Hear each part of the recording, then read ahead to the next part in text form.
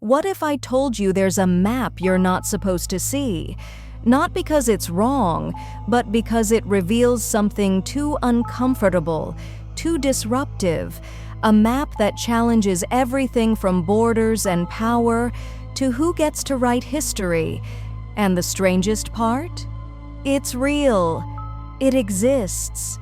And it keeps vanishing from public record. This is the story of a cartographic anomaly, one that governments, corporations, and even search engines quietly avoid. It's called the Piri Reis Map, drawn in 1513 by an Ottoman admiral named Piri Reis.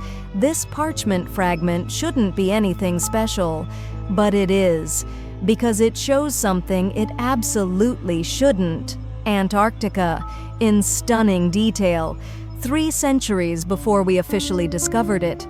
Even stranger, it shows the continent without ice, as if mapped during a prehistoric era. Here's the problem.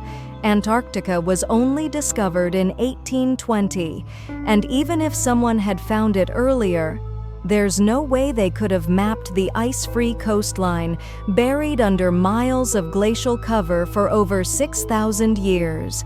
Yet the Piri Reis Map outlines this very shape, matching what modern seismic scans would uncover centuries later.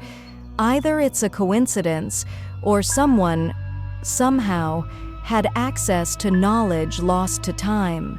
Mainstream historians argue that Piri Reis simply copied earlier maps. Fair enough, but what earlier maps? Where would 15th century explorers get data about Antarctica without ice? That's where the theories start. Some say it's proof of a lost civilization, capable of global navigation long before Columbus. Others claim it's evidence of ancient aerial or satellite imaging, or even remnants of Atlantean cartography. No matter how you look at it, it doesn't belong in history as we know it. Let's break it down. The Piri Reis Map only survives in fragments, drawn on gazelle skin and held today in Turkey's Topkapi Palace. Most of it shows familiar coastlines, Africa, South America, but the southern edge is different. A massive, curved landmass. No name, no explanation. Its contours match modern scans of Antarctica's subglacial coast with unsettling accuracy.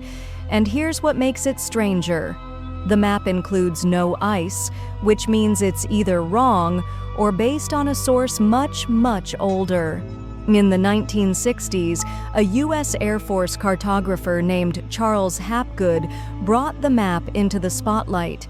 He proposed something radical, that ancient civilizations may have mapped Antarctica before it was frozen. He called it Earth crust displacement, a theory that continents shift rapidly, causing climate collapses. Most scientists dismissed it, but they couldn't explain why the Piri Reis coastline matched seismic data with such precision. Today, the map is labeled a historical curiosity. No museum highlights it, no school curriculum mentions it.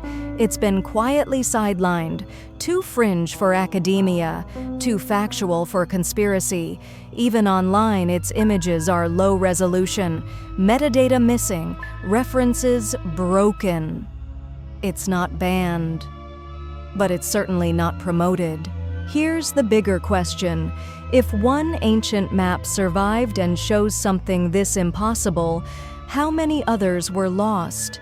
What if ancient civilizations knew the world better than we think? What if the Age of Discovery was actually a rediscovery of maps long buried by time? And what if the powers that be aren't hiding the truth, but quietly avoiding it? Censorship doesn't always look like black bars.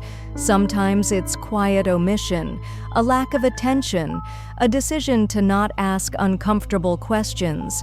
The Piri Reis Map isn't illegal.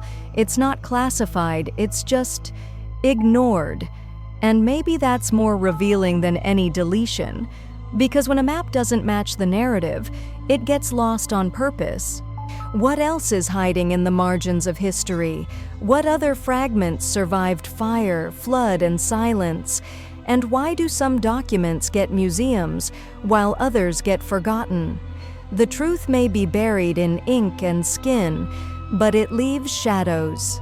Subscribe to Null Index if you're ready to follow the maps they don't want you to see.